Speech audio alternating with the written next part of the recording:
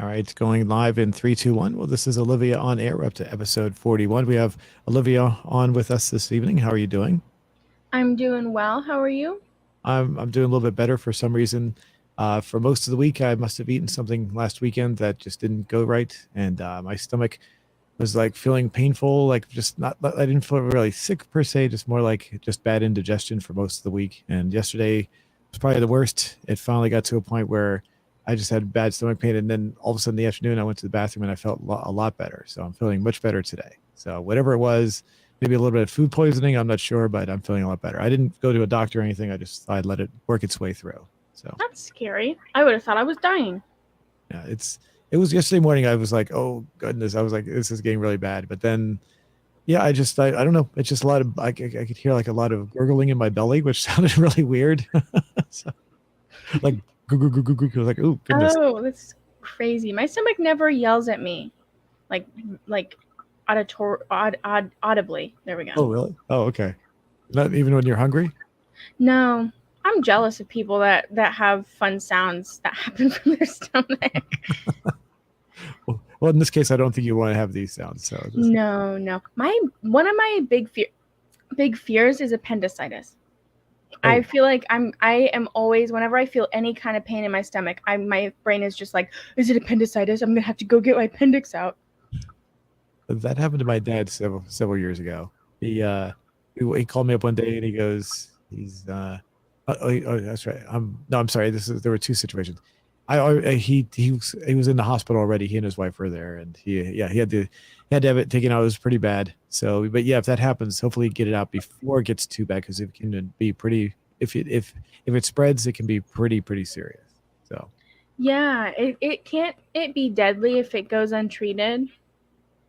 is it really? I didn't. Is that I right? I think so. But I guess a lot of things could be deadly if untreated, you know. Mm-hmm. I don't know. So, well, I wouldn't worry too much. I mean, it's not that a common occurrence. It's usually, I mean, maybe you get older, you might worry about it, but I don't know. I don't know. Do younger people usually get uh, appendicitis? I don't know. I feel like I've seen it in movies and TV a few times, and that has probably made me think that it's more common than it really is. Like quicksand. You see quicksand all the time in movies and TV, never in real life. So maybe Right. it's not really that big of a concern.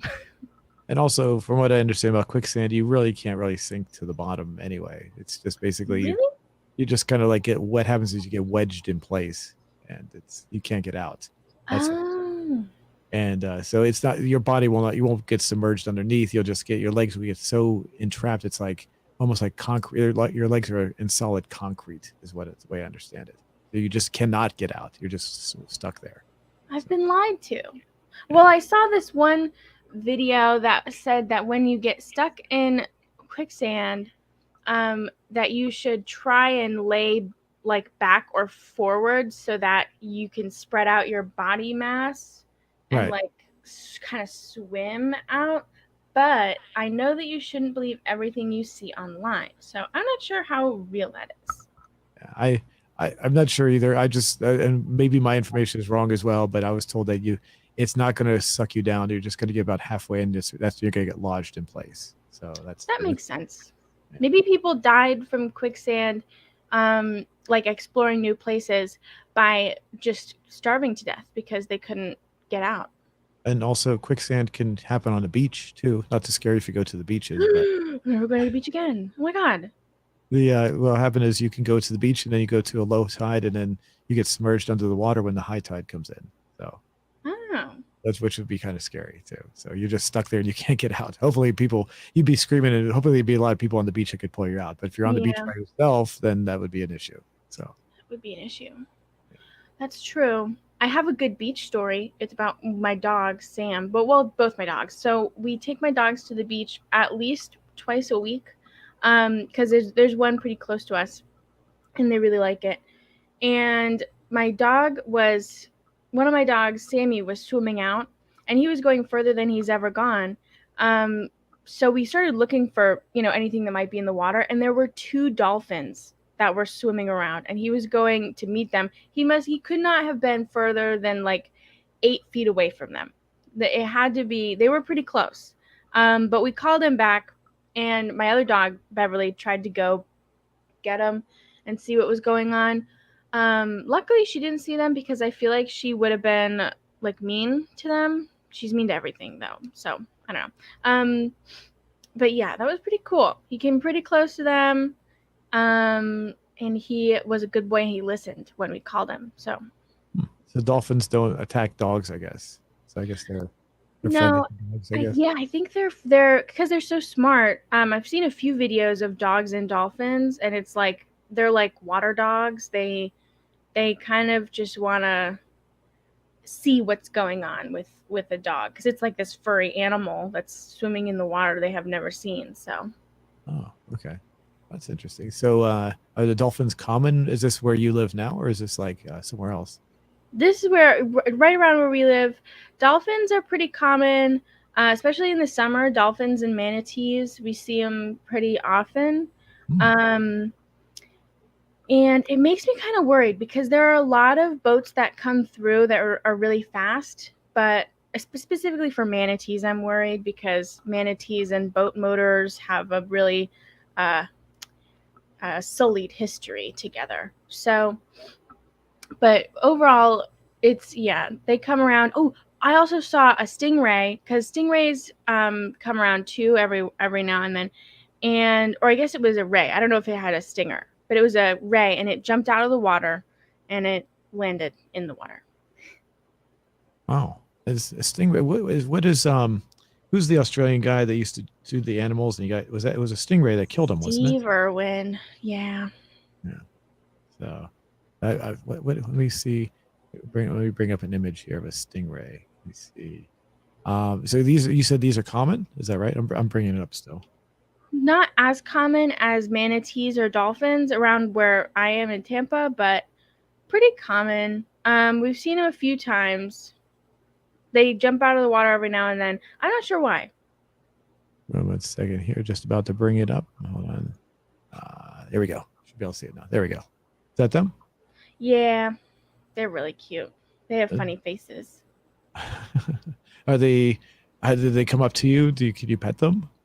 No, a lot of animals don't really come up to you. They kind of keep their distance because they're not so sure about people, which is fair. But I wish they did. That's interesting. No sharks? Not so far. But if there were, they're more like scared and skittish of more new people. So Right. Yeah, that's what I've heard. The sharks are they're not as aggressive as they are in the movies, or at least most of them aren't. So. yeah, because when you think about it, we're not their natural prey. We're not part of their natural environment. So they wouldn't think of us as an easy target or anything like that. And most sharks, at least from what I've seen on documentaries and stuff like that, most sharks don't really go for prey that fights back. So yeah, if you just kind of like show resistance, or you don't even have to like get violent with them. You can just push them out of the way, and they usually won't bother you. Great white sharks are a bit different and scarier, but that's not what I deal with around here. So Now, looking at the manatees, do these come on land? These walk on? no. Oh, okay. These are strictly underwater. Okay. Yeah, they just eat like I think it's mostly seaweed and sea grass sort of stuff. Are they mammals? Yeah. So they have to come up and breathe air like a dolphin does. Yeah. Okay. Okay. Interesting. I've heard the name. I just never. I don't think I've ever. Maybe I've seen them, but just not recently. I just never really thought about them before. Yeah. Cool. They're the cows of the sea. I was gonna say it looked like a cow.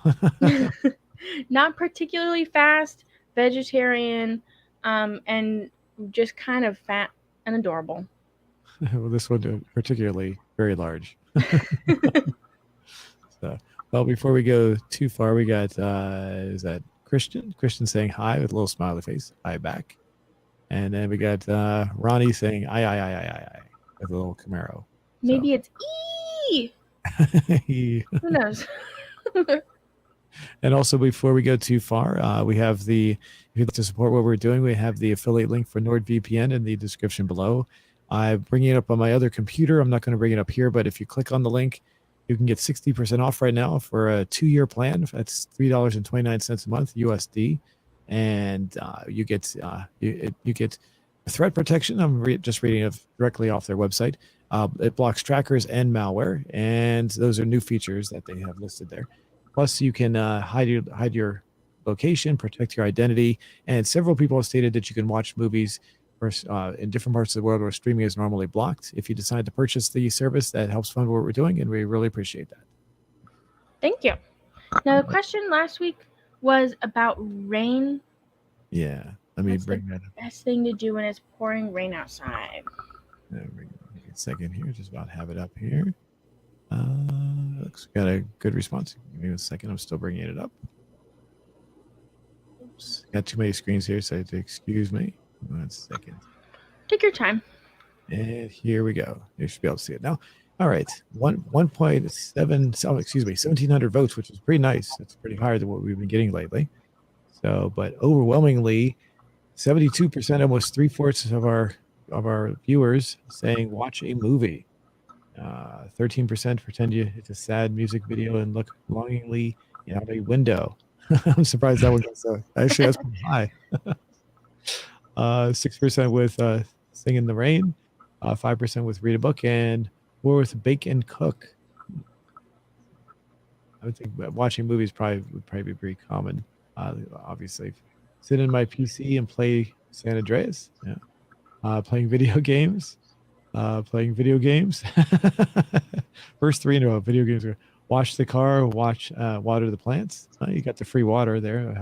Maybe help out a little. Actually, you wouldn't really need to water the plants, would you? Since they're already Maybe being just put them outside. That's true. Enjoy hot soup. Sit in my room playing video games. Go to bed. Go fishing. Really interesting. Would you go fish? Have you ever gone? I've never gone fishing. I'm curious if you ever gone fishing before, Olivia? Yes, I've gone ocean fishing, and freshwater fishing, and more freshwater than ocean. Would you do it in the rain though? That's the question. I've gone hiking in the rain, and I quite like that because not many people are there. So if you go fishing and the lake that you go to is kind of like the only one in your area, and there are a lot of people there most of the time, I would go in the rain because if less people were there, then maybe you would have a better chance at catching fish. And fish probably wouldn't be able to see like above the water as well as they usually can, I guess. Okay. I don't know. It might be a bit advantageous. You could, I feel like if you know about fishing and rain, you could probably use it to your advantage somehow to catch more fish. Okay. Interesting. Let's see. Next one down says, I go for a drive in the car. As long as you got good tires, hopefully it's not raining too hard and you start slipping and sliding. So the other, I like to go sit on the porch and listen to the rain, especially when it's storming. Very calming and relaxing. That sounds relaxing. As long as you don't as long as you're not like where I live and the power goes out and you're without power and you got to go get gas for your generator, which is kind of annoying. So, other than that, yes, I agree. It would be very relaxing. Patrick Starr says, play San Andreas again. And everybody's basically disagreeing with it. Cool. Anything else you'd like to add to that? No, that makes a lot of sense. I feel like watching a movie is super fun when it rains if it's like a suspenseful movie. So makes sense. For me, I would have to say I just listen, I don't really go out that much to begin with since I work a lot. So for me, it's just basically doing whatever I'm doing. So unless the power goes out due to an electrical storm, I'm just basically sitting there doing the same thing anyway. So I'm just either working or just doing something. But if when I was younger, when I didn't have much of a work schedule, I just watch TV, I guess. So basically, the same category as watching a movie. That makes sense. Alrighty. Let's see. I'll go ahead and bring our question up for this week. You want to go ahead and read that while I'm typing it? Okay. The question this week is, do you write in a journal? The first answer is yes, every day.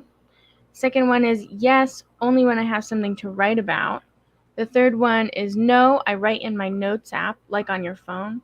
And then the fourth one is no, I do not write or journal. I'm bringing it up right now. So there we go. All right. So, okay. So the question is, let me ask you, do you write in a journal? I do. I am not good at consistency though, because I have a journal right now and I've had it since 2019.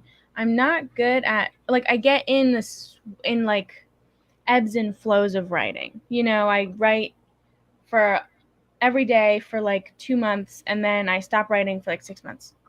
So Oh, no, it's it's not quick. really consistent at all, but I think I did a journal when it was required in school as a project one time. So that was the extent of me ever doing it. And I don't remember what grade. Probably elementary school, maybe I don't know, maybe junior high school. I don't remember. So aside from that, no, I did not ever. And I'm not saying I'm not. It sounds like if I had the time, I would probably do it. So the only thing I could say I had my dad, if you could call it like a journal, he would write his dreams down all the time. That's kind of like a journal. Like yeah. so like you have a dream, he'd wake up and he'd write it down he had a big notebook full of these dreams he had. So that's kind of similar in the same way. So. Yeah. People, it's a dream journal. People do that. I don't, when I wake up, I don't remember what I've dreamt about. Like, it's like waking up from blacking out, which is nice. I kind of prefer it. But my mom has really funny dreams. So I think she should keep a dream journal. As far as your dreams, you don't remember anything at all? No, not really. I remember some from my childhood that were terrifying, but usually when I wake up, I just don't remember because everyone dreams, unless you have some sort of a brain deformity or brain damage. But whether or not you remember it when you wake up, I think it depends on what point in the sleep cycle you wake up in. I think. I mean, dreams are very and like sleep in general is still shrouded in mystery because the human brain is so complicated. But um, I think scientists think that it is in part, whether or not you wake up and remember your dreams is in part because of or dependent on when in the sleep cycle you wake up.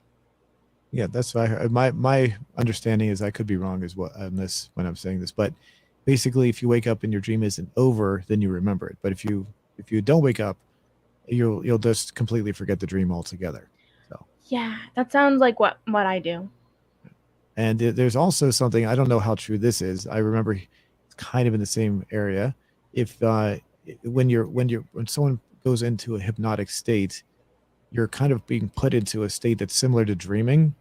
But the difference is that the safety mechanism that's in your head, whatever you want to call it, that determines that you're dreaming. So when you wake up, there's like this safety mechanism that you wake up and go, oh, I know that was a dream.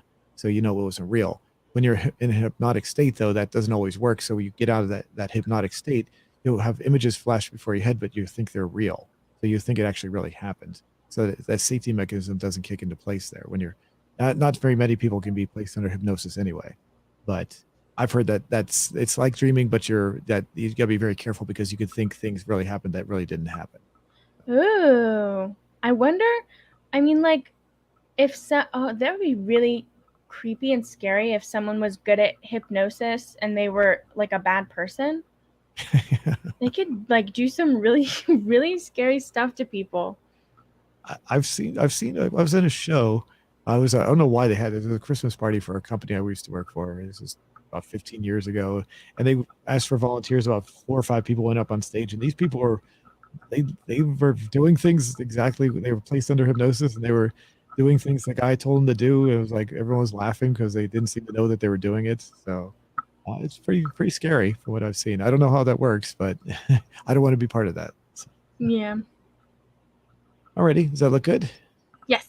All right, I'm going to post that. We'll come back to that. All right. So what was before we go away from that, is there any particular reason why you decided to create this question? Was there any significance for it this week? Not really. I mean, like I'm writing in my journal now, like at this point, but other than that, nothing really. Nothing really specific. Okay, gotcha. Alrighty. Well, so our movie for this week is the movie Airheads. And let me bring this up here. I forgot to ask you. Make sure you saw that before, so you should be able to see this. So, Yeah. alrighty. So Airheads from 1994. Let me bring up my cast, my little the background thing. Give me 1 second while I do that. So this is a movie you had or had not seen before. I had seen a part of it, I think, a while ago. Okay. And this has I had seen it when it first came out, so back in '94. So this for me, I saw it once and I don't ever remember seeing it again until now. So I think this is only the second time I've seen it. And I remember the basic plot. And there's a lot of people in this movie. A lot of the people that are well known. That is Brendan Fraser plays. I guess you could call him the main character. Steve Buscemi, who's I like when I always like him. Adam Sandler, and I've said before that I don't really like Adam Sandler, but actually he was okay in this one, so he didn't bother me in this. Like sometimes, other times he can. Chris Farley's in this. Michael McKean, Judd Nelson, Ernie Hudson's in this one. Michael Richards, because Michael Richards is the he was in Seinfeld. He was kind of playing the kind of bumbling character he plays in Seinfeld a little bit, and that show was out at the time, so I assume that's probably why he got the role. Who else was in this? There was a cameo by Harold Ramis, the director. He's a famous comedic movie director, so he had a very small role in this one as well. As far as I'm speaking like anything you'd like to add to what I'm saying so far? Not really. Definitely had a lot of famous people, and I'm kind of surprised because it's very like it kind of just came off as glorifying a hostage situation, and it made it seem like, I don't know. I'm just surprised that so many people didn't see a problem with it. I probably because I maybe it's a comedy, I guess, and it's not to be taken too seriously, I guess. That's Maybe. true. And I also thought about how this was made in the early 90s, and I grew up doing like shooter drills and stuff. And so, like, gun violence has always been in my life something very serious and something that you shouldn't joke about, because I mean there were in my freshman year of college, when I was physically there was a real like shooter threat. So it's something that really happens and really can affect people, and especially kids, in schools. And so it wasn't something to joke about. But I guess back then it didn't happen nearly as much. So it could be, made fun of. I got you. And like, I get how this would have been funny, like, because it's just a bunch of idiots, that airheads that were in this kind of situation, all kind of by accident.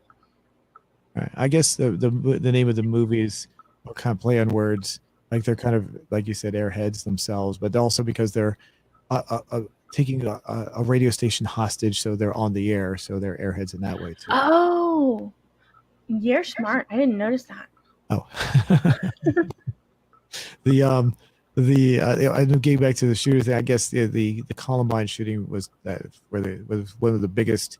It was one of the not the first, but one of the most recognized school shootings. And there were a lot of after that. There seemed to be a lot more school shootings that were publicized after that. Whereas before there were school shootings just not as well publicized. So maybe I can see what you're saying about that. Maybe that's true. I never thought about it, maybe because I saw the movie and was new and I never really put the two together. So being from growing up in two different eras, you and I, we see it from two different perspectives there. So yeah, and it probably would have been received better in other countries too, because it's not a problem that a lot of other countries have. That's true. So and the basic plot of the movie is we have the three main characters are Chaz, Rex, and Pip, played by Brendan Fraser, Steve Buscemi, and Adam Sandler. And the two of them, Rex and Pip, are brothers, and their band isn't going anywhere, and they're frustrated, and so Chaz, who's played by Brendan Fraser. How do you feel about Brendan Fraser as an actor? Do you think he's really that good? I think he's kind of weak sometimes. Not really a strong actor. I like him, but it's only because he was my first crush in George of the Jungle when I was like 5. So there is that bias. Okay. And all the other thing I noticed about Brendan Fraser is that, and it's not the case in this movie, but it seems like there were some movies, I don't know how many he was in, where he played like this kind of fish out of water character, where he was like in a world that was completely alien to the rest of the world, but he'd be thrust into the world, our common world, whatever it is, and he had to deal with that from his perspective. Was that the same with George of the Jungle, where he was thrown out of his own environment and into a, or was it more of a just a comedy movie? I don't know. For part of it, yeah, it was he went from well, the whole plot is that he fell out of a plane or a plane crashed and then he kind of escaped the situation. I don't know. They kind of breeze over it, and I never thought about it critically until now.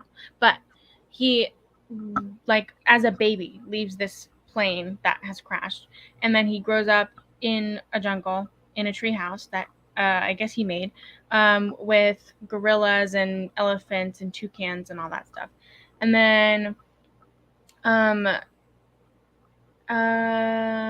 this girl goes on safari who's rich, Ursula. Well, hold on. I'm going to explain the whole plot of this movie if I go on. Basically, yes, he was thrust into a different place from the Okay, jungle. so because yeah, so that's another movie that's like that. It's I can't remember the names of the other ones, but they're. It seems like he does this one. What I'm leading up to, it doesn't seem to do that. So this was in an era where he was. Is he still popular right now? Because I'm not sure. Does he make movies anymore? I'm not even sure. He might have something coming out. I don't know. I saw some publicity stuff from him, I think. Okay. I'm bringing up his list right here. Here we go. So I guess he is making movies and things, TV shows still. So I haven't been paying attention. I don't pay attention to his career. I just remember during this period he seemed to be more popular during the 90s and early 2000s maybe. I don't know if he's still popular right now. I guess like he's still working based on this list right here. So, but okay. But anyway, so getting back to this movie, he's basically the main character. He's a part of the this is oops, let me bring my list back up here. So he's Chaz. This is Steve Buscemi, whose face is hidden. That's Rex, and then Pip, who's played by Adam Sandler. And I don't think Adam Sandler was very well known with it, or not as well known when this came out. I might be wrong. So I think he became more popular as time went on. I might be wrong in that one. So He um, definitely looked young. yeah, he definitely and he's actually older than Brandon Fraser, though. In case you're wondering, I looked up their ages, which I Oh thought was wow. I thought because he does. You're right. He looks younger, but then he's actually a little bit older, not much. And it's, of course, Steve Buscemi is the oldest. Obviously, he looks kind of older. So, um, the and they're frustrated. He wants to make more of his life. That's the Chaz character. He has a girlfriend who doesn't seem to like him, but then they do. They don't, and then they break up, kind of. And they go to who's Judd Nelson. Judd Nelson plays kind of a slimy. What was Judd Nelson's character? He plays Jimmy Wing. You know what I'm I talking don't about? know. It confused me the whole time. I think he's like a record producer. Um, see if I can bring him up here. Uh, he was very prominent towards the end of the movie. He was trying to help him get the record contract going through. Where is he at? There he is, right there. Not there. This thing is very hard. There he is, right there. Oops. There. That's him. So, and he's playing the slimy kind of record producer that Chaz approaches, and he's like, he doesn't want to talk to him because he's nobody. And as the movie progresses, the three of them decide to go to the radio station to see if they could play their song. And how does that how did that work exactly? They walked in. They didn't walk in with the intention of taking over the radio station. I forgot how that. No. Let me see where that is. They had these like toy guns and they put hot sauce in them, Okay. and I guess this Steve Buscemi character had them in his backpack, and um They go in because a girl goes out to smoke and hits Adam Sandler in the face. And then they hold the door open with a backpack. They go in and they pass all these people, I guess, and then they go into the recording studio and they try to get their stuff on the air. And then Steve Buscemi is, I guess he kind of just has like an outburst, and he's like, he takes the gun out of his backpack, the toy gun out of his backpack, and then threatens them somehow. So yeah, basically, yeah. So yeah, this would be the on air studio, the main on air studio. So that's where you meet the DJ. I forget the DJ's name.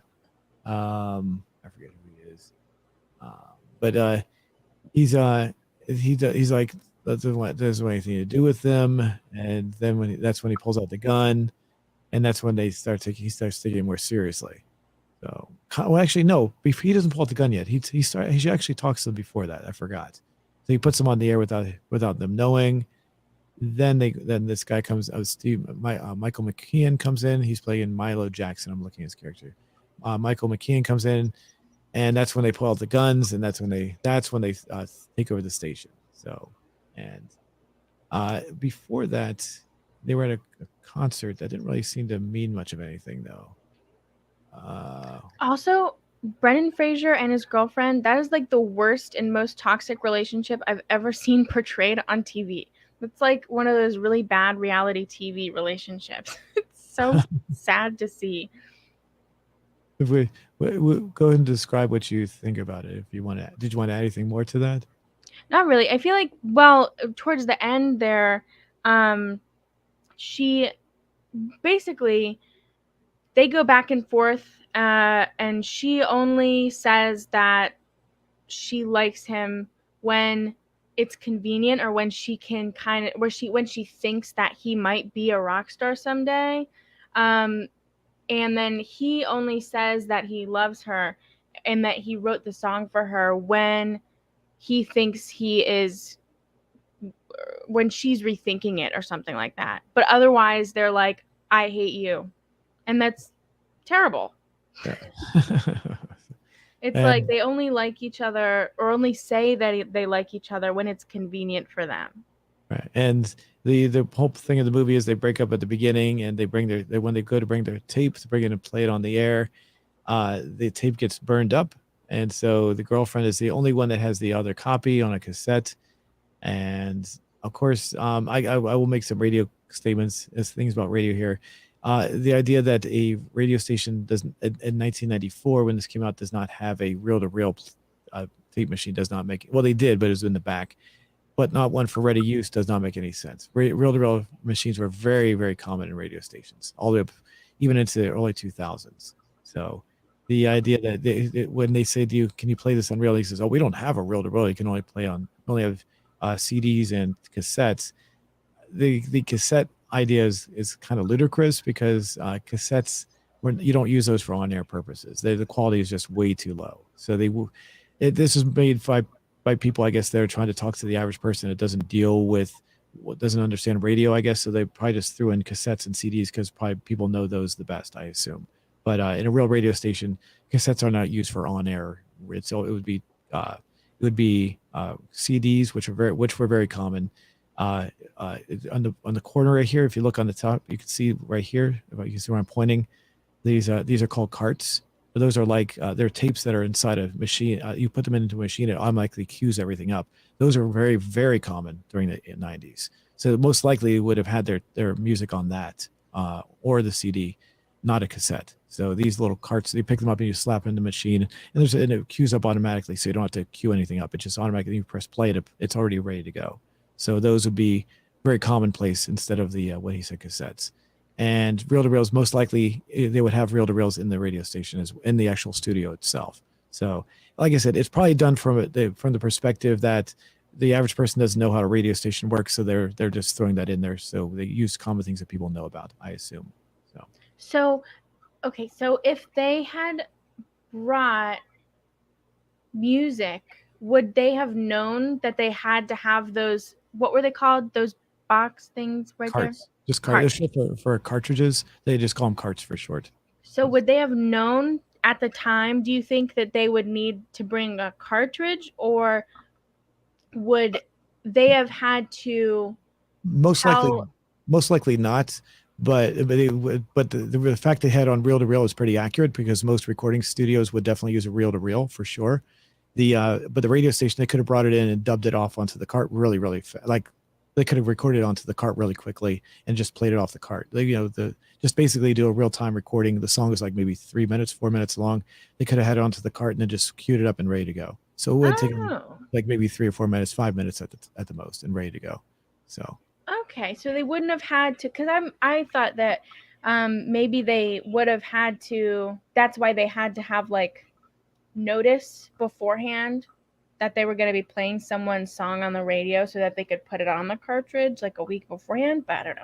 wait, That makes more sense. yeah, the carts are recorded at the radio station itself, so it's really simple. It's like you just record, you hit record on one and play on the other. It just dubs it over. So just the length of the song, so it'd be done in real time. So, but they could also, but like I said, most likely they would have a reel to reel in the studio anyway, so they could have just queued it up anyway.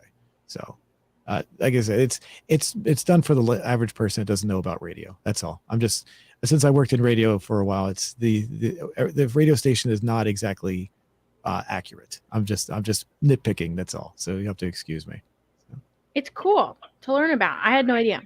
Yeah, and this is the stuff you're seeing. What I'm discussing and what you're seeing here, anyway, is all already outdated. Anyway, they don't use CDs in radio stations anymore. Anyway, or reel to reels or carts. All that's outdated completely now. It's all gone. So the stuff I'm talking about is only from like the 90s and 2000s. So Yeah, there's a scene in that 70s show when have you ever seen it? It was I've seen, but I haven't really watched it enough to know the whole show. Go ahead. so one of the characters, the redhead, she gets a job at a radio station, and I always think that those like clips of her in the radio station are so cool because she has a bunch of records behind her, and she gets to pick a record and put it on because it's set in the 70s. Is that accurate? In the 70s, for sure. Oh, definitely. And in fact, record players are still in place in certain radio stations up until into the late 90s too. So, but not so much because CDs were very commonplace. But that's not. Yeah, I left out the records. You're right. Record players would be there, but since they most likely would not have their recording on a record, that's why I left it out pretty much. That makes sense. So, but here's what a cart looks like, just in case you're wondering. So, so it's like if you look right there, you can see the tape is wound in here, and it just keeps on queuing up, and it just queues up. So it plays and it goes through, and it's just an endless tape. So it only plays in one direction. It never go. It's only forward, not backwards. So you have to let it play all the way to the very beginning. And there's a little tone that you can't hear. Once the machine hears that tone, it stops and it's ready to cue at the very beginning. It's all set to go. Cool. And these are the machines that you play them in. That's all. I will say this: there was a cassette deck in the movie. I'll see if I see it, I'll point it out. In fact, I think I see it right there. Yeah, right behind him. Yeah, this right here, this machine right here, that is a high performance. That is a high performance. I meant to say a professional cassette deck. So the fact that they had a cassette, this is very much what a cassette deck would look like in a radio station if they were to use one. Which I said they don't normally, but if it was an emergency and they had to go to use one, this is what they would use. Something like that. Very high end. That's a very high end cassette deck right there. So yeah, that looks fancy. It's very accurate. That is very accurate for the time period. So they come in. The DJ is he's letting them talk, and that's when they decide to when the Milo, the program director, comes in, and he's like that's when they decide to take over the radio station. And this is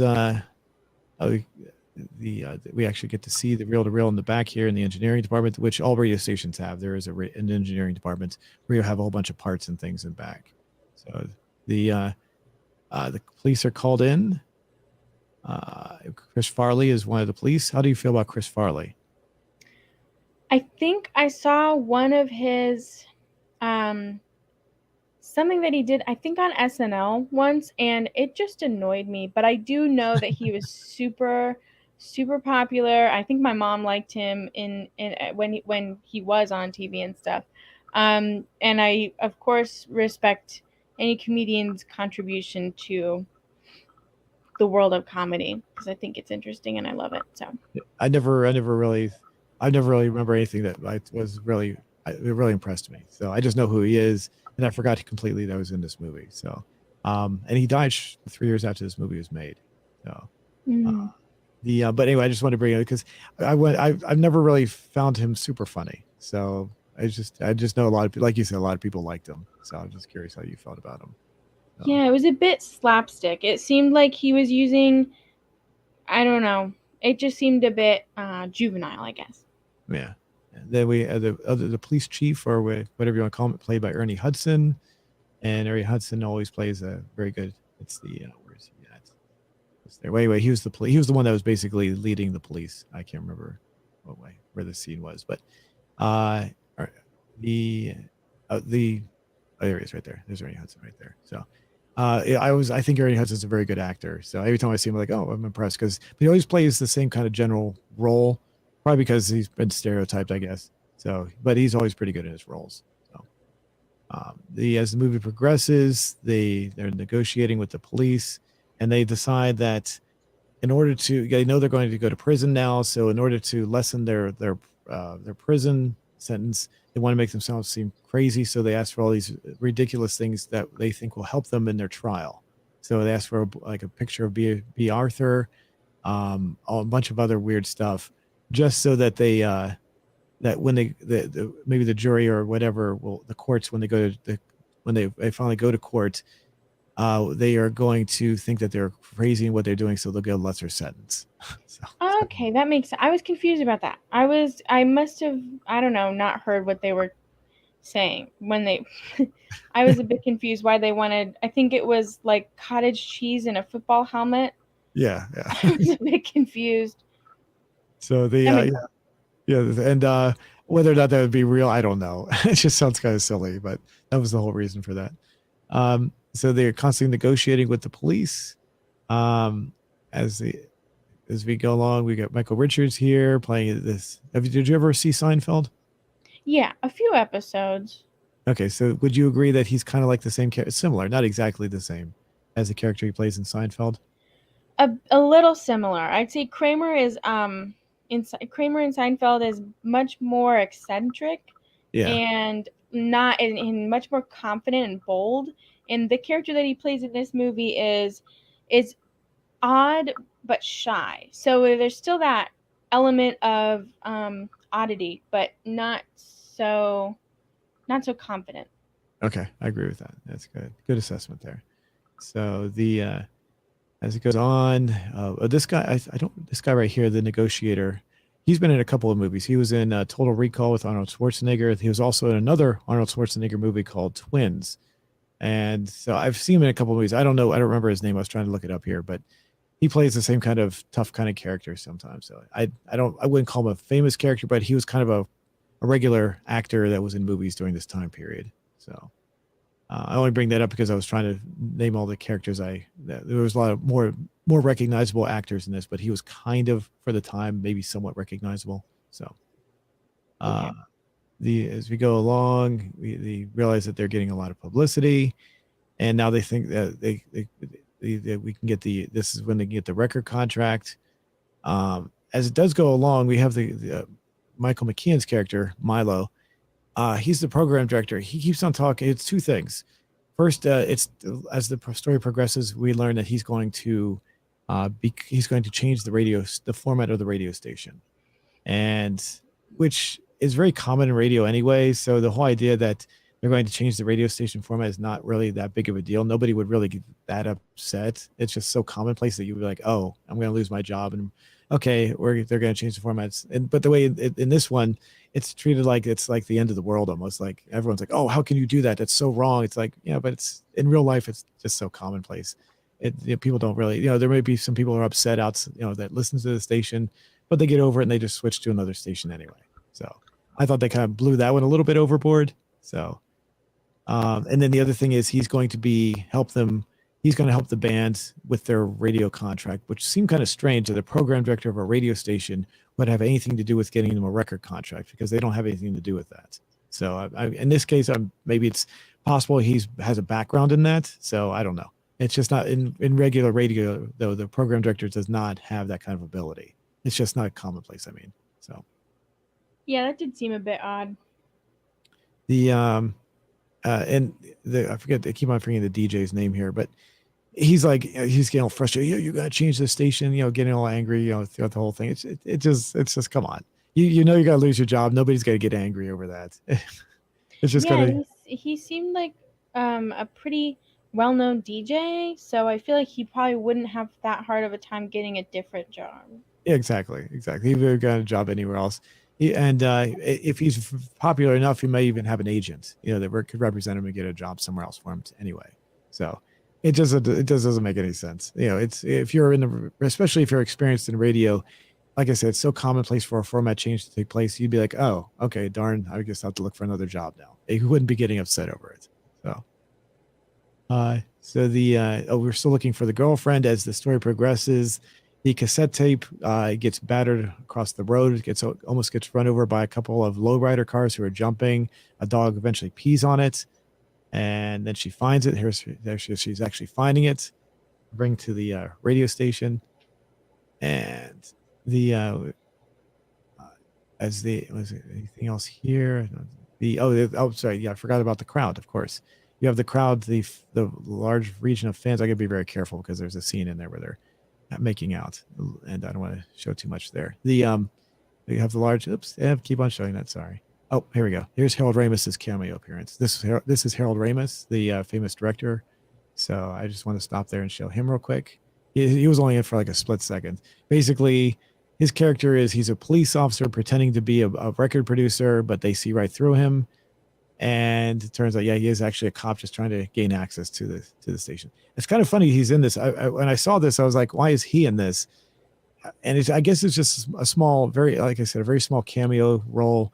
He had nothing else to do with the movie whatsoever except for this cameo. He wasn't directing.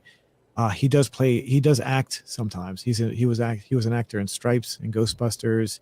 He played, and also he's played some bit parts here and there. So I was just kind of curious as to why he was in this. I didn't look it up, but maybe there's some trivia as to why he's actually in this movie. So Cool. That reminds me of have you ever seen the movie I think it's in Deadpool 2? Have you ever seen Deadpool or Deadpool 2? no, I've not. I've not seen either one. In Deadpool 2, Brad Pitt has a cameo that's literally about maybe 2 or 3 seconds long. It's so short. Oh, And it's a similar. I don't think he like even accepted payment for it. I think it was just something because it's like a funny action movie. And they had an invisible superhero kind of person, and he I don't know how to explain it, but he was in it for literally like 5 seconds at most. That's interesting. Well, at least he has more of he's more recognizable than Harold Ramis. I mean, a lot of people would recognize Harold Ramis. You probably did not. I'm assuming you did not know He who this looked was. familiar to someone that I've seen before, but I didn't. He kind of just has one of those faces. I Yeah. just thought maybe. Yeah, to me, it's kind of strange. You'd think they put someone who would be more face recognizable, recognized. His face would be more recognized, and it's fun to see him in there. I'm not criticizing. I'm just curious as to why he was in there. That's all. I don't see anything in the trivia section that explains why he was there. It just Yeah, seems like that's true. usually he plays a more prominent role, and I've never seen him. And I could be wrong that he hasn't played any other cameos, but I don't think he's ever played any other cameo appearances. So it's just kind of interesting that he did this. So. But I'm sorry, who was the other character you said in Deadpool? I mean, the actor who did the 3 seconds. Brad Pitt. Brad Pitt was it? Okay, well, he's definitely more recognizable than Harold Ramis. Yeah, So. I remember seeing it in theaters, and I literally it was so short. It was such a fast cameo that I thought to myself, "Wait, is that Brad Pitt?" It was so quick. And I mean, like, I would know if it was Brad Pitt if it was at least like 10 seconds long. It was so fast. And the other thing I will throw in here real quick is Ernie Hudson here, who's the police chief. The he was just there. You know who I'm talking about. He and Harold Ramis were both in Ghostbusters. They played two of the Ghostbusters. That's it. Okay. All right. Okay. That's where I've seen him before. Okay. There was also a very minor cameo from it's very small. There's a guy yells out the word masturbating real quick. I forget what he says exactly. I won't repeat it too often here, but he's one of the people in the crowd. That person that yells that out is Stuttering John Melendez. He's from the Howard Stern show.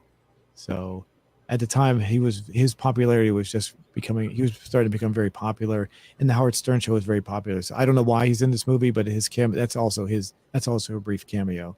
I recognized him right away, but nowadays I don't know if too many people would recognize who that is. So I did not. and let's see the girlfriend now. It seems to me, I don't know, yeah, this is a very bad relationship.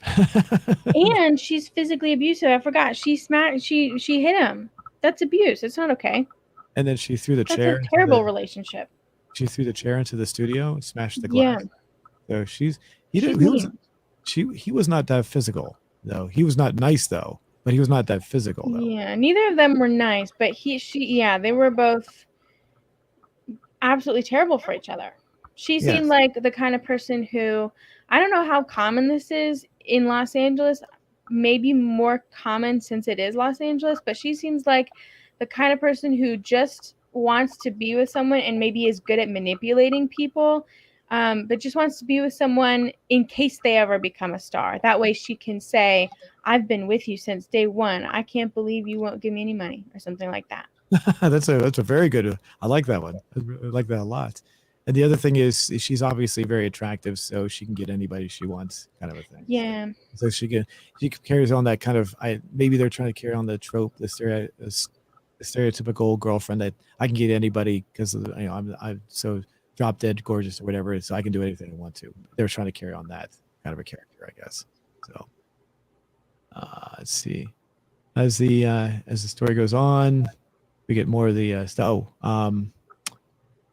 They get ready. They eventually find out that the guns are fake, and yeah, but Kramer, I forget his name, but Kramer, the Seinfeld character, gets given a gun because the other police, there's like two different police that are there. Mm-hmm. There's and like the other one, team, this regular police and the SWAT. Yeah, the SWAT one finds out that he's in the duct system, and he says that he was a Marine, but he was only an accountant. And then the SWAT guy goes, no, you won't be held accountable. He doesn't hear that he just thinks that he was a Marine. And so he's like, we can just give him a gun and he'll, take it through the ducts. He'll know what to do. Yeah. So basically, yeah, because of that, we actually, a real gun is actually introduced into the plot, essentially. So, and that's it right there. That's the part, because the DJ gets possession of the gun, and the DJ is like putting on this thing that he's on their side and like rock and roll and all this. And, you're going to stand up for rock and roll. And what else would you say he is? He's like, don't give in to the man kind of an attitude. Because when the record, when Judd Nelson's character comes in, and he's the slimy record producer, he tells him things that he has to sign a contract, and Brendan Fraser's character is like, no, I'm not going to sign that. But then he kind of caves in, and then the DJ's like gives him like a dirty look, and then when when Brendan Fraser comes back and doesn't sign the contract, then he's like, yeah, you tell him, you stick it to the man, kind of a thing. So yeah. So the DJ's kind of, I don't know. In real life, I don't think a DJ would be doing that, but it just seems it's more for the movie than anything else. Yeah. As far as here's that's Judd Nelson and Michael McEwen right up the record contract together. And I gotta say, I've seen Judd Nelson in a lot of things. He plays a wide variety of characters. I don't think he's in very much nowadays. Have you seen him in very much? I remember him during the 80s and 90s, and his popularity seemed to drop off. I only saw him in Breakfast Club, and he plays such a different looking character in this movie that I really hardly recognized him. Yeah. That chin thing is like the worst thing I've ever seen in my life. It's awful. With the greasy hair, it's an awful image. He's I've also seen him in a movie called Fandango, where he plays like a nerdy college student. That movie takes place in the early 70s, even though it looks like it was made in the 80s. It actually looks like it's 1980s, even though it's supposed to take place in the 70s. He plays a different character in that one too. You probably at first glance you might not recognize him because he wears glasses and he's this gung ho, nerdy military. He wants to join the military. He's not in the military, but he wants to join the military, kind of a thing. So he's Yeah, it's totally opposite. Yeah, this is a wide range that he's playing. They yeah. just really did not respect him with the makeup and hair of this one. That's true. Well, maybe they're trying to make him look slimy. Maybe that's It why. worked. And I will say one other movie I've seen him in, which is pretty decent. Not too many people know about this one. It's called a movie called From the Hip, and he plays an attorney that has to defend someone who's a psychological killer or something like that. And I'm not gonna give away the plot, but it's kind of interesting. It's a drama, but it has some humor to it. But it's mostly a drama. And I think he plays a pretty good role in that one too. So, Wow, and it's that quite a one, range. yeah, that was during the 1980s. Let me hold on a second. Let me bring it up. I'm just kind of curious here since I'm thinking about it. Is he still doing anything nowadays? I guess he is. Yeah, I guess he's still doing things. Just I don't hear about him very much. That's all. So, but yeah, there he is in the Breakfast Club, like you said. All right. So they determined that they're just doing the record contract. They have a real gun at this point. They get the cassette in there. Oh, he turns it down. That's right, because he's not gonna because he Yeah, doesn't. Go ahead. I thought the record contract was going to be some way for them to admit to being guilty for something. I thought that they were going to I didn't think it was a real record contract. I thought it was them trying to kind of have them sign a contract of some sort saying that I don't know, that's kind of weasel their way into getting them to admit something. Like they had violated the law and broken and had held them hostage and everything. Yeah, some sort of slimy lawyer or something. Okay. I would think yeah, because if it was a real drama, not a comedy, maybe that would be the case. But because it's a comedy, it's kind of simplistic. I think they were just trying to go for that simple, like they were in the. Mm, I didn't think that at all. So, but yeah, I wouldn't be surprised if it was more of a dramatic movie if they would go in that direction. So that makes sense. the because he can't take this whole thing too seriously. I can't remember this guy's name. Is he still on MTV? I remember back in the 90s he was very popular. No idea. So he was doing his cameo appearance here. And of course the whole it's a small gag throughout the movie. They call themselves the Lone Rangers, and every time everyone hears that, they go, "How can you pluralize Lone Rangers? That doesn't make any sense." So, And that's fair. I think it was a bit of a silly band name. yeah, but it's a joke that they didn't need to do it too many times, I guess, because it was kind of funny, but not really. So Yeah. I will say that Steve Buscemi and Brendan Fraser had great hair in oh this movie. yes, yeah, yes. So do you It's think they're wearing luscious. wigs? Do you think those are wigs they're wearing? Maybe. I I think wouldn't be surprised if it was their real hair. I don't think Steve Buscemi would let his hair grow that long. So, That's true. but I could see Brendan Fraser doing that. Yeah. So, but Steve Buscemi, he's yeah, I'm trying to bring him up there. He was there. So there you go. But yeah, I just don't think he would let his hair grow that long. So he's in too many things. It would take too long for it to grow out that long, I think. So That's true. but and then so they get ready to play. Turns out that they don't want to play because they want them to lip sync. And they go, no, we're not going to do it. So they play the cassette anyway with them, and it's that's when they basically the crowd rushes the stage for some reason. What was that all about?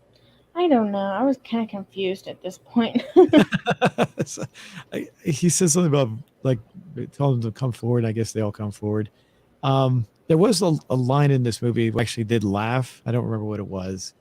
So, but we're basically at the end of the movie here. They basically get they're locked up and put in prison or jail or whatever. And I would say the scene at the end kind of resembles the scene at the end of the Blues Brothers. What do you think? You're right. And it also reminds me of like Elvis and Johnny Cash when they would play in prisons. Oh, really? Oh, I haven't seen that. That's interesting. I've not seen. Have you seen like footage of that? No, but they have albums. I think I saw footage of Elvis maybe, but I know that Johnny Cash has albums that are literally like these are the songs from when he played at Folsom Prison, or these are the songs when he played at this other prison. Oh, okay. Interesting. Interesting. So we get the thing here that wraps everything up. They serve 3 months for kidnapping, theft, and assault. Was there anything else? Oh, here we go. There you go. Assault with hot pepper sauce. Yes. Oh. Oh. One more. Their album Live in Prison went triple platinum. So that's basically the end of the movie, and there's nothing else. Yep, that was it. So, how would you overall rate this movie? Would you say it's the best movie ever, worst movie ever? I would rate it like a 4.5 out of 10. I feel like it wasn't very funny. But again, it might just be that generational thing. Um, what would you rate it?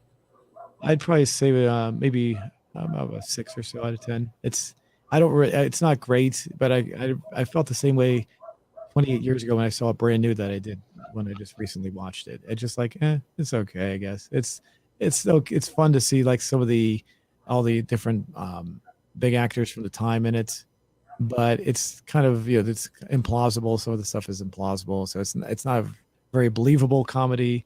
I, it's just kind of there. It's not really that great. You're right.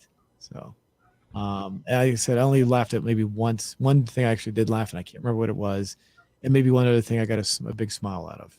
But other than that, it's not like a super funny movie. So, as far as recommending, I probably wouldn't recommend it for anybody to anybody.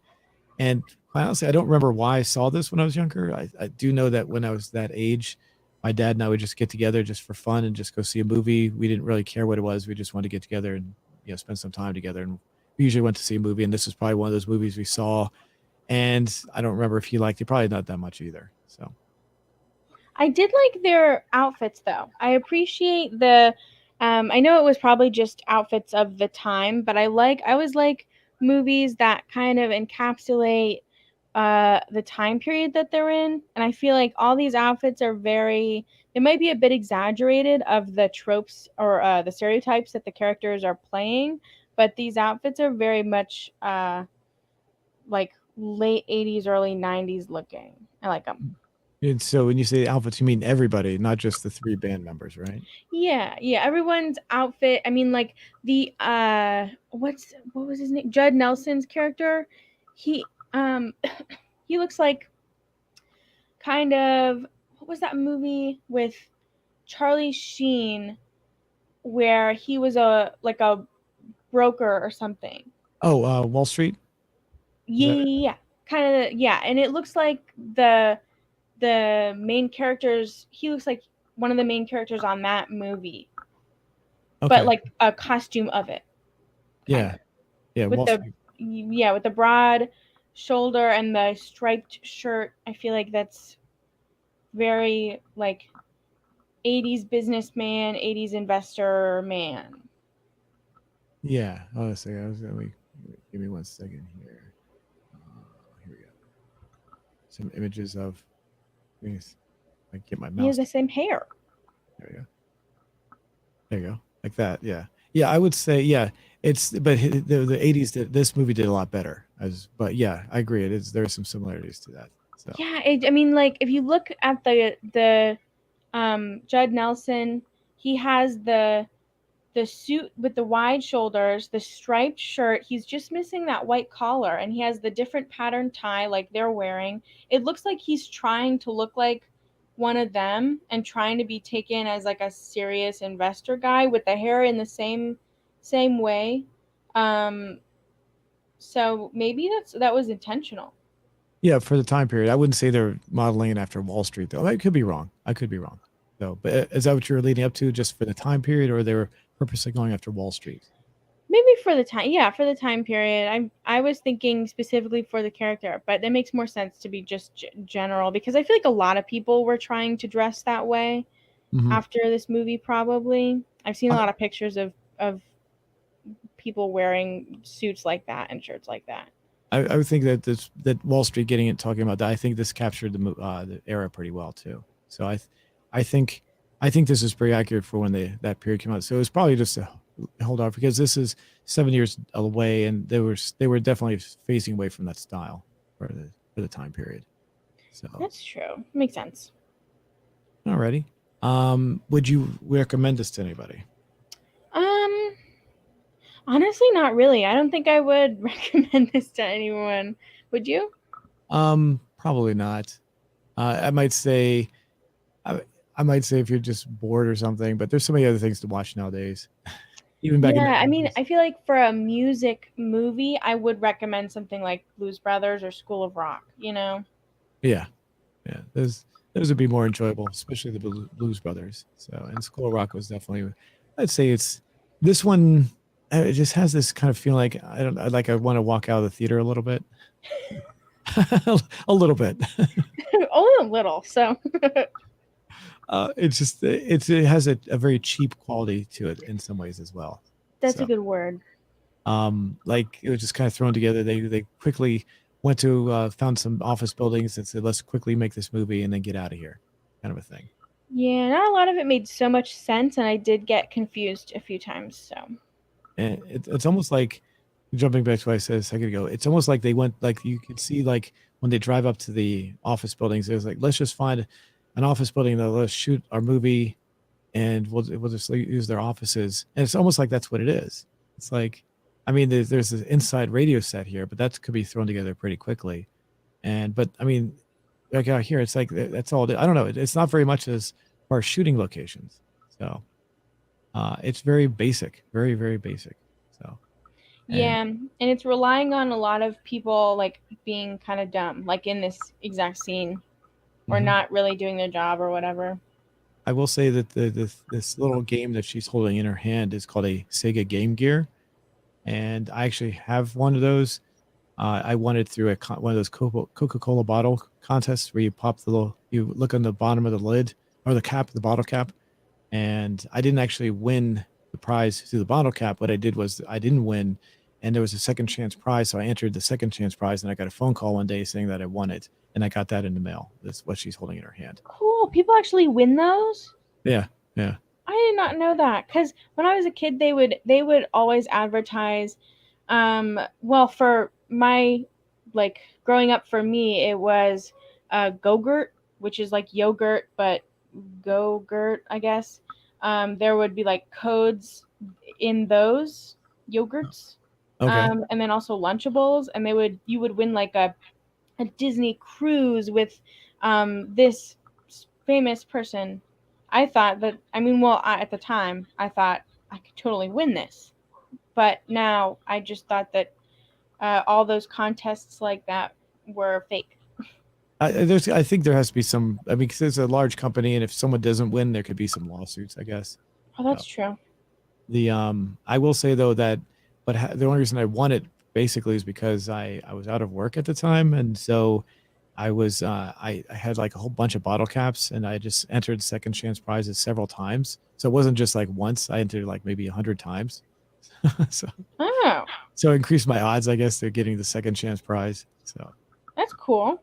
And it's a nice little device. I mean, I still have it, but it's not really. It's so old now that the buttons are kind of worn out. It needs to be cleaned up on the inside. There's like, unfortunately, the game. It doesn't matter how clean you keep it. It will like dust will still it get caught inside it. No matter how clean you keep it, just gets caught up. I have to pull it apart and clean the dust out. So it's not the best design in that regard. But it was interesting. So, that's, I guess I can't think of anything else. Like I said, the radio station. It's not really right. It's kind of funny because they have some things in there that look right. Oh, there was one thing I wanted to say. When they go to play the song, we can wrap it up after I do this.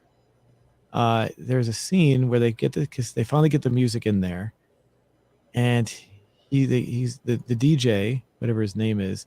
He puts it in there, and he goes across the board, and he presses all the buttons at one time across the bottom of the board, and he brings up all the potentiometers or pots. They're called pots for short. as if like all the pots on the are going to somehow make the music louder.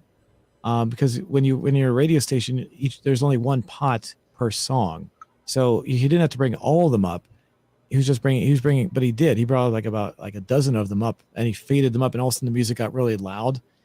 And it didn't. I was like, "What does that? That doesn't make any sense." I mean, if you're in a recording studio, it still wouldn't make sense because you don't use the potentiometers to increase the volume. You use the volume control on the speaker to increase the volume. So all he's doing on the faders, the potentiometers, those are just there to regulate the signal flow going into the board, and so you can balance it out.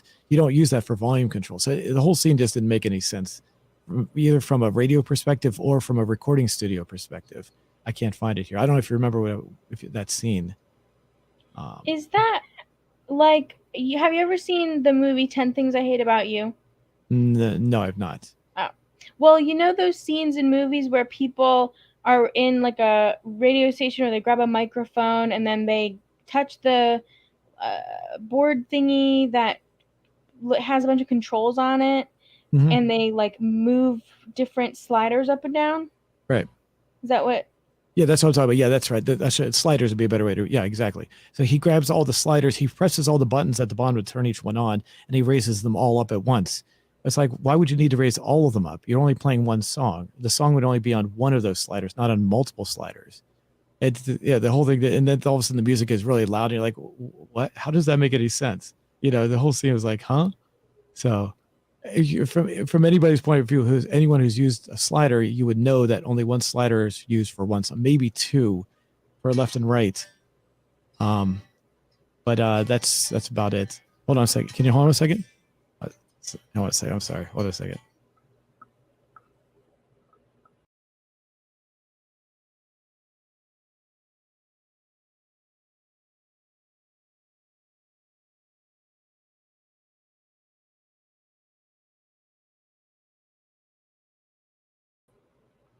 Sorry about that. I just had to answer a phone call real quick. I didn't want to have any interruptions there. So Go for it.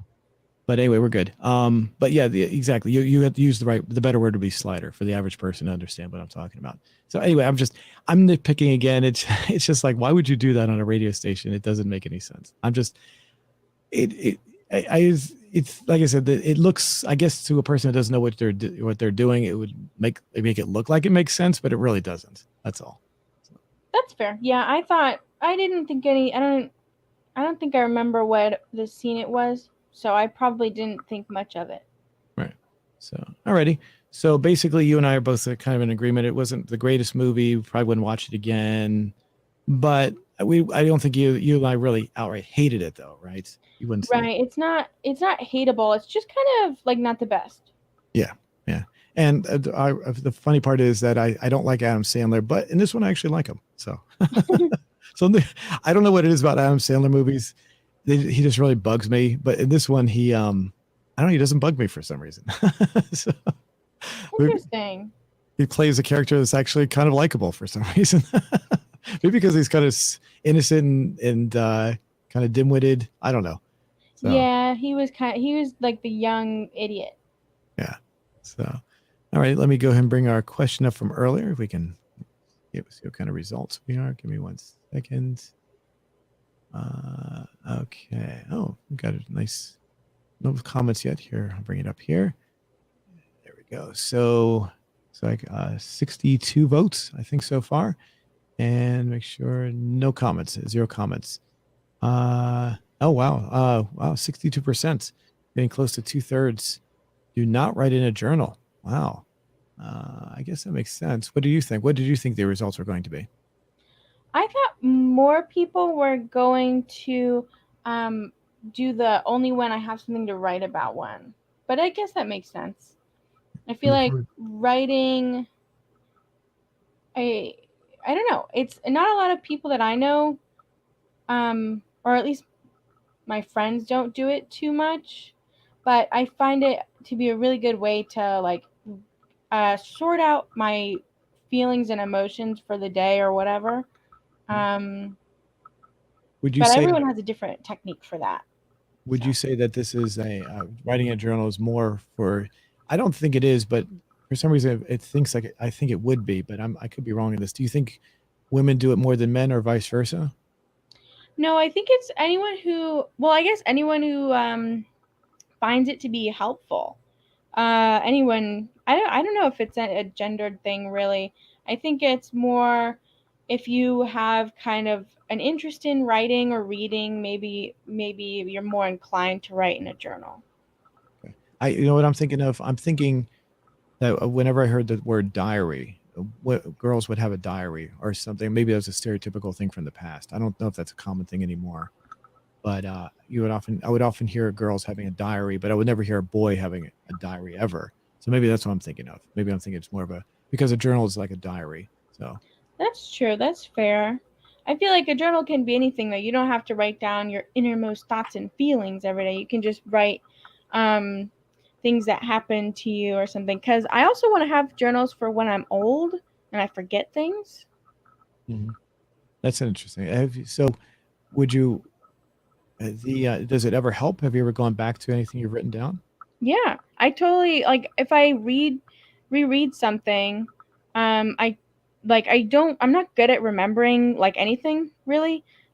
So when I go back and read, it kind of helps me remember a time in my life or jog my memory from that year or something like that, and I think it helps. Is it like a time capsule of sorts, you Kind think? of. Okay. Before we go too far, we got Eduardo's saying hello. Say hello back. Don't want to forget that there. So we did have another comment here, but it didn't really seem by very much. So um we may hit this one more time just for the heck of it. See if we get any more.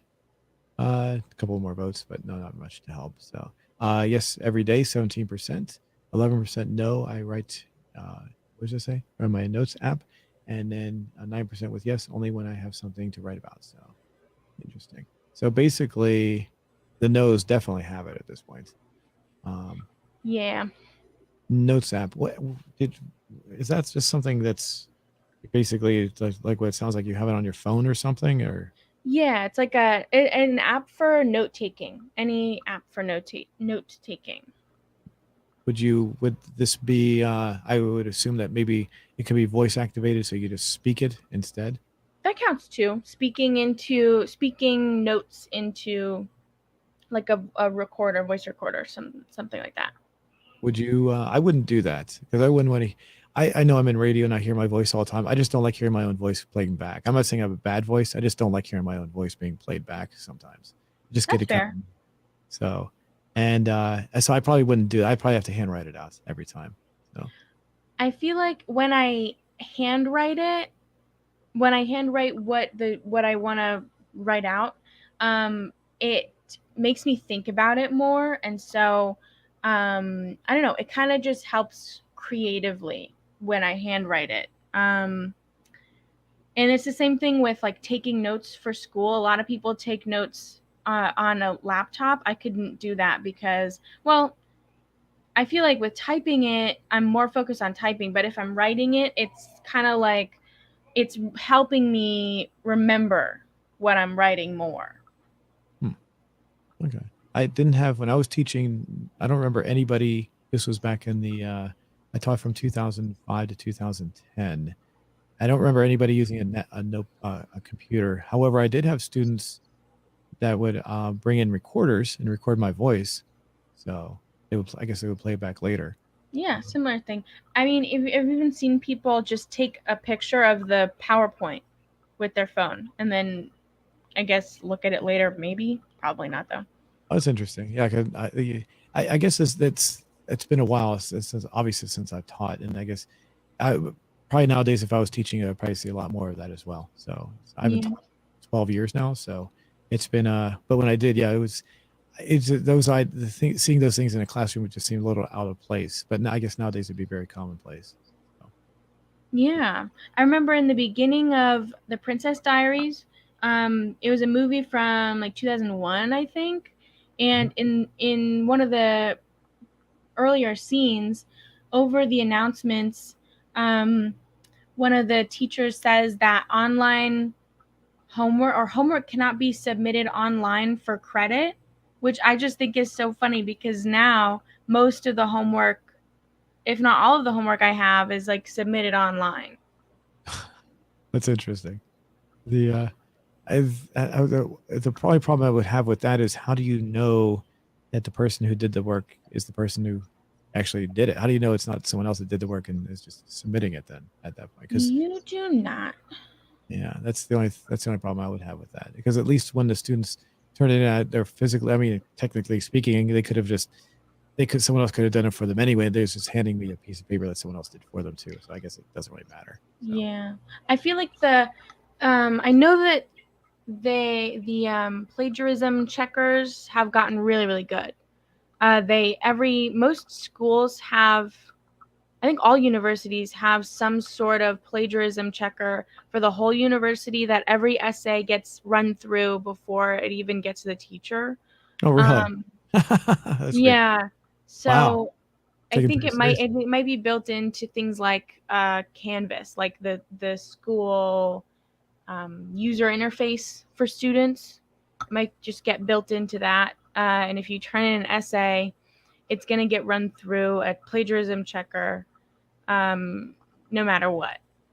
So it's like automated. It's not like an actual person reading it then. So it's just like Yeah, it scans it, and I know I've seen a plagiarism checker. I've like had to use them on my own papers before, for like I think it was like a writing one class or something. We learn how they work, and some of it is highlighted in yellow, and some of it's highlighted in red apparently. And if there's anything highlighted in red, then you have to change the wording because someone has written it before. And then if it's highlighted in yellow, it's like suspicious. Have you ever been highlighted in red or yellow? I don't think so. I really like writing, but maybe I don't know. That's interesting. I guess. Well, I guess it makes sense. I mean, I do know that I have caught people when I was teaching. I do remember students would turn in the exact same thing, and it was written word for word. And I was what I would do when they did that, I would give all of them an F at that point. So Yeah, that if makes sense. I feel like you can't, if you're gonna cheat off of each other, you can't do it word for word. yeah, yeah. I mean, I don't mind obviously people helping each other out, but obviously if they're doing word for word, that someone's just writing and the other people are just copying off the other person. So and but I do remember one person copied off. There was like 3 or 4 lines of whatever it was written on the paper, and the person who did the initial work had like I said, there were like 3 or 4 lines. Anyway, the person who copied it forgot to write the first line, so it started with the second line, which was like an incomplete sentence. I was looking, I was like, "What? This doesn't make any sense." I compared it to the other paper, and I realized, oh, he forgot to copy the first line. So I was like, that was a very obvious. That was a definite F right there. So, Yeah. alrighty, let me just refresh this one more time. And we said that we're going to watch The Cat in the Hat for our next movie, right? Yes, the Mike Myers Cat in the Hat. Now, it might sound like just a kids movie, and it is a kids movie, but it's not just a kids movie because there's a lot of adult humor in there that after watching it as an adult, I had no clue was in there when I was a kid. And it makes me laugh still. It makes me like absolutely laugh because Mike Myers is a comedic genius, of course. Mm-hmm. I would say he's good, but he has been in some stinkers. So I like most of his stuff. the third Austin Powers movie, did you see that one? I liked all of them. I thought that was kind of a weak. I'm not saying it's bad, but it was it wasn't as good as the first two, in my opinion.